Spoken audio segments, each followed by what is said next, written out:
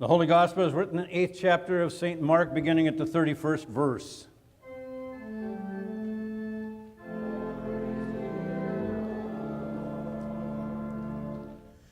Jesus began to teach them that the Son of Man must undergo great suffering and be rejected by the elders, the chief priests, and the scribes, and be killed, and after 3 days rise again. He said all this quite openly. And Peter took him aside and began to rebuke him, saying, But turning and looking at his disciples, he rebuked Peter and said, Get behind me, Satan, for you are setting your mind not on divine things, but on human things. He called the crowd with his disciples and said to them, If any want to become my followers, let them deny themselves and take up their cross and follow me. For those who want to save their life will lose it, and those who lose their life for my sake and for the sake of the gospel will save it. For what will it profit them to gain the world and forfeit their life? Indeed, what can they give in return for their life? Those who are ashamed of me and of my words in this adulterous and sinful generation, of them the Son of Man will also be ashamed when he comes in the glory of the Father with his holy angels. Here ends the gospel for the day.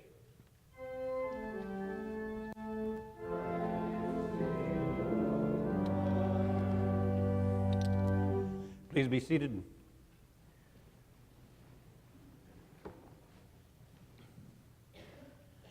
This past week, I spent more time than I usually have in watching the Olympics. I'm sure that many of you involved yourself in that pastime too. And why would I watch the Olympics? Because there's a sermon there. And that's what I'm looking for, is a sermon. I'm not really concerned about how high they jump or how fast they go or how much territory they cover and how much time. I'm interested in getting something for Sunday. And the thing is that it doesn't matter what it is, whether it's some major sporting event or a political convention or the Academy Awards or whatever it is. Each of these great events is kind of a microcosm of the world. We see the good and the bad and the ugly in people. We see great things happen. We see not so great things happen. We see how people take up sides and divide themselves against each other. And I challenge you, if you want to take the text for next Sunday and read what they are, they're in the back of your celebrate, and look at what happens on the news or what happens in your workplace, I will guarantee you that you will see something that will relate to the gospel for that Sunday. One of the things I noticed about the Olympics is those winners that came up and were interviewed by the individual news writers didn't talk like the people in the Super Bowl did. We saw the interview with those three major people in the Super Bowl, the quarterback, the end who caught the winning touchdown, and the coach. When they were questioned about the game, they started off by saying, "My first thing that I have to do is thank my Lord and Savior Jesus Christ." We didn't see that in the Olympics. Well, why not? Maybe because there's a lot of countries that don't believe in God. Maybe it's embarrassing to do on a world stage. I don't know what the reason is, but somehow it was missing. But I did notice that a few of the athletes wore a cross. What was the significance of that cross? Was it that they were religious people and they were making some kind of religious statement? Or was it some kind of good luck charm? Or maybe they were just dressing up. We don't know what it was. But it was kind of noticeable that those who wore crosses probably were from countries like Italy and the United States, where Christianity is significant. A few years ago, the singer Madonna which some of the younger people probably don't know, but which those of us who are a little older know, Madonna hit a high point, a zenith in her career. And because of her name, Madonna, she used a lot of religious symbols, but they didn't necessarily mean anything religious. What Madonna did was create a jewelry line. And that jewelry line consisted mostly of what? Crosses. Charlie Gibson interviewed her manager, the one who was responsible for creating that wonderful line of Madonna crosses. And in that interview, he asked about the significance of the crosses. And that manager said, well, it's the hottest item in the world right now. I mean, everybody wants to wear one of Madonna's crosses. Charlie Gibson said, but isn't it a religious symbol? Oh, she said, nobody does that anymore. Nobody wears a cross because it's a religious symbol. It's a fashion statement. It's a fad. It's the in thing. The cross is an in thing, a fashion statement. What does our text say? Jesus has his disciples, and it's a turning point in his ministry. He turns to his disciples and he says, things aren't going to go so well after this. I'm going to Jerusalem. I'm going to suffer. I'm going to die for the sins of mankind. I want you to all take up your cross and follow me. I want you to deny yourselves and take up a cross. And Peter pulls him aside and said, this is never going to happen to you. That's insane. And Jesus turns to him and says something very surprising. He said, get behind me, you devil. You don't understand what I'm about.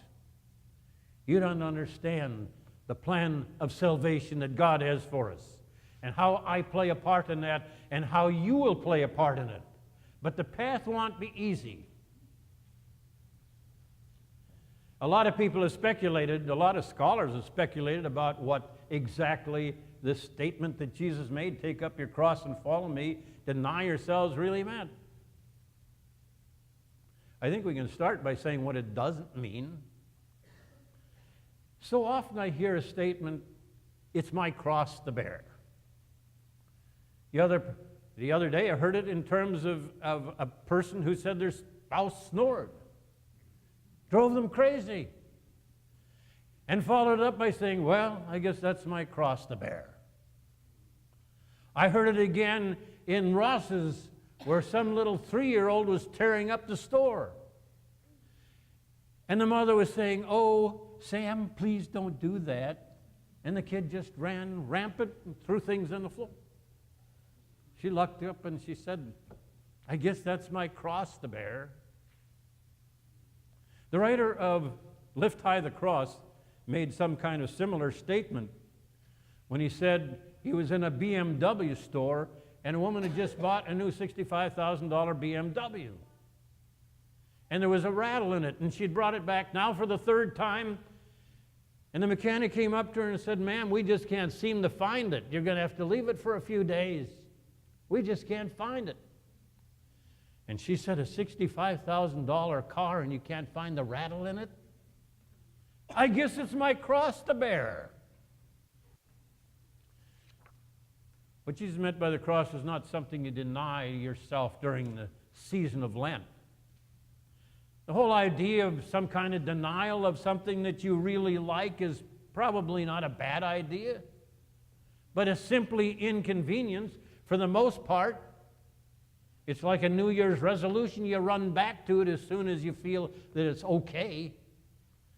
Okay, now it's Easter. We can do all those things that we didn't think were good for us. That's not the message of Easter. I guess it's their cross to bear. Everybody who has ever witnessed anybody that was committed to something understands the ideal of denial. If you want something and you want something bad enough, You sacrifice. Cal Ripken, name you probably don't know, but he was a great ball player, played for the Baltimore Orioles. He was a shortstop and third baseman and sometimes fielder, great hitter.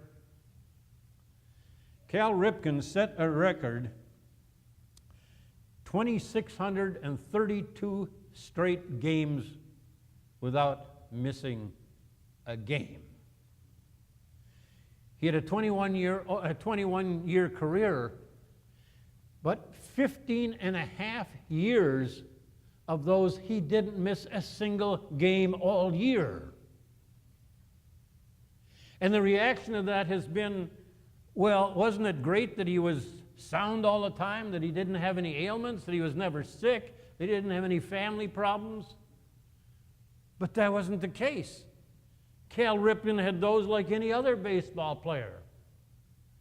But his commitment was to the team. I want to be known as the Iron Man of baseball, and that's exactly how he is remembered. When he was voted into the Hall of Fame, he was voted in by the highest majority of the voters of anyone in history other than Tom Seaver. Greater than Ruth, greater than DiMaggio, greater than Lou Gehrig, greater than Ty Cobb, because the commitment is absolute.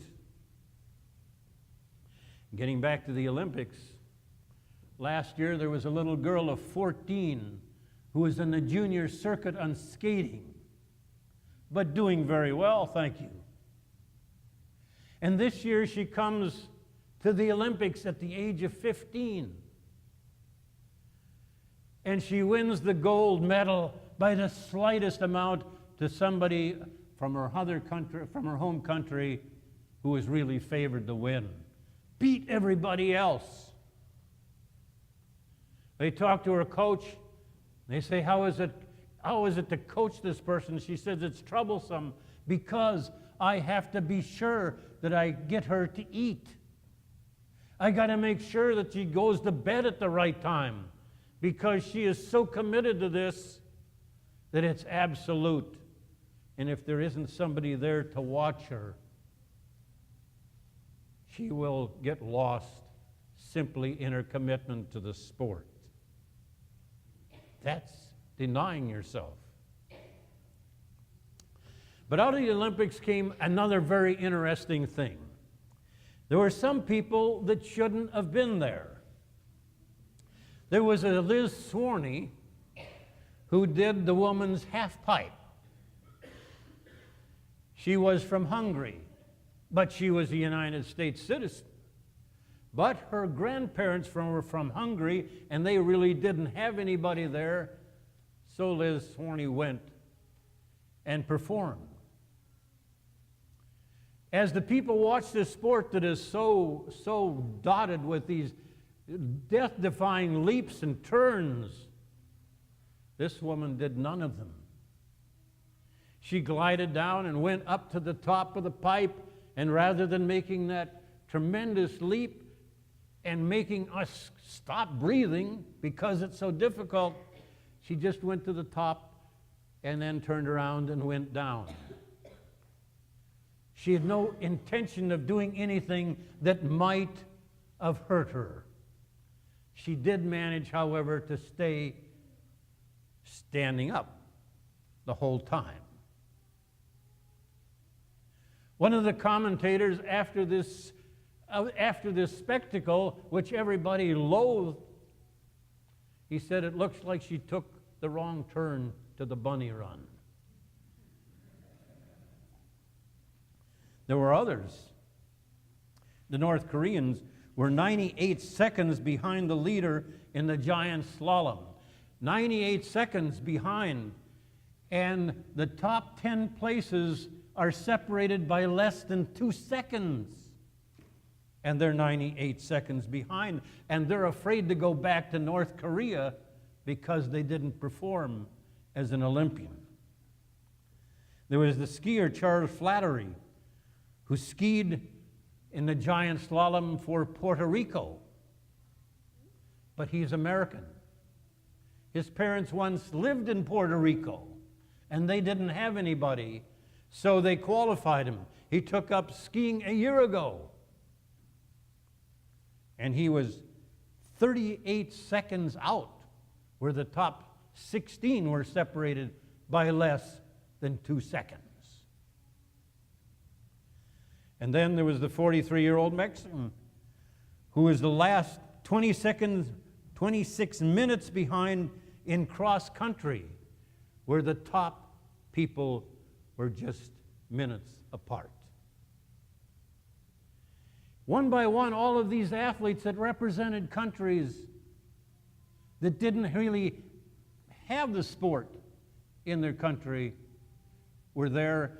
And the remark was made, well, isn't it heartwarming that these people from other countries can come and perform in the Olympics? But I wonder what it was like for those people from Norway or Sweden or Switzerland who major in this sport, who saw themselves only a second away when they were defeated and couldn't go to the Olympics, watch somebody that had absolutely no commitment to the sport be there and take the glory when they possibly could have won under the right conditions, just as the Russian skater of 15. What I wonder is how many times that we have the symbol of the cross, that people look at us and wonder what the cross represents to us. Is it something that they say we just took a wrong turn on the way to H-E-B? That's why they're in church this morning? Because their life doesn't reflect commitment? Or is the cross you wear mean something in total commitment? Because that's what Jesus was talking about. What does commitment look like? We can look to another major event that happened this week in Florida. A crazed gunman of 19 came in and slaughtered 17 kids, or 17 people. One was a coach who stood up and took a barrage of bullets so that students would live. We've seen that in other school settings. They took the bullet. And then we discover there's a security guard outside that's paid the watch.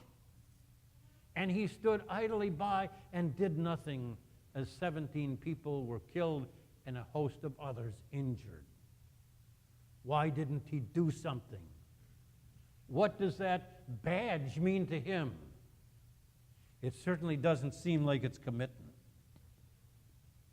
In 9/11, the Twin Towers fell, and the folk singer Tom Paxton wrote about it.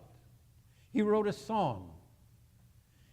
He said in his poem and his song, The Bravest, these words: "The first plane hit the other tower right after I came in.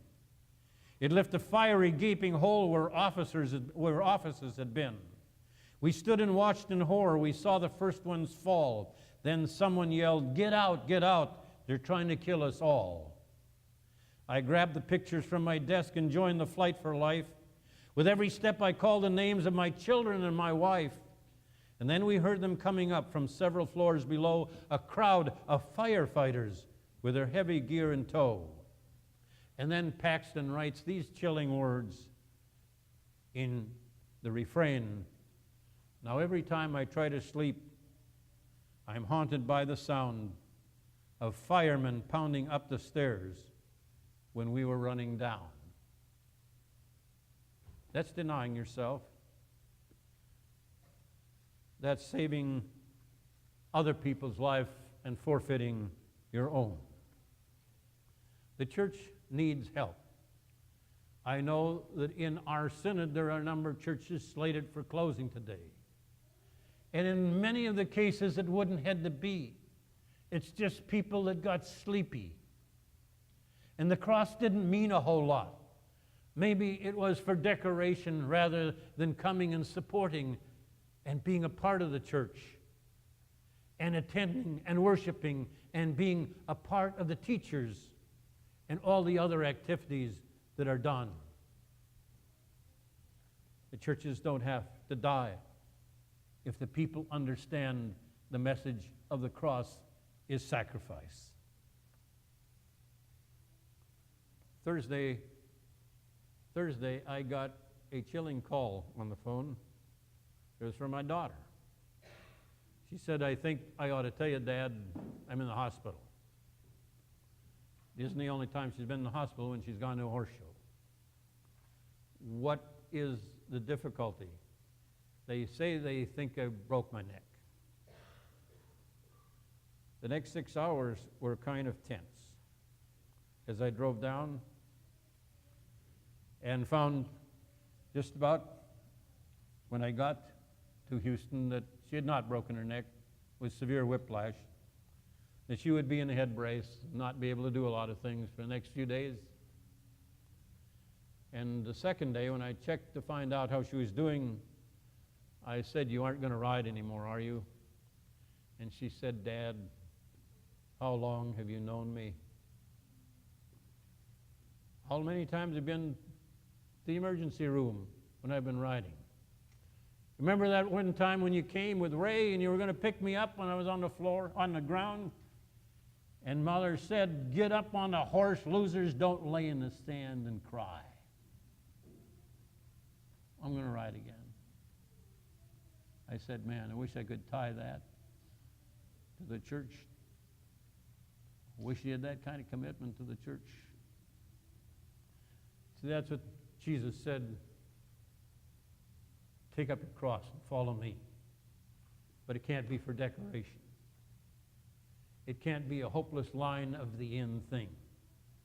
It had to be committed to the task of Christ in his church. And so, what does the cross mean to you today? Not things, but actions. Actions of love. Not superiority, but serious and sacrificial love and humility. Not self-preservation, but selflessness. Jesus says to you, as he did to the disciples, take up your cross,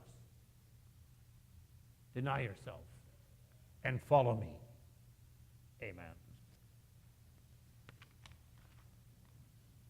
Sermon hymn, "When I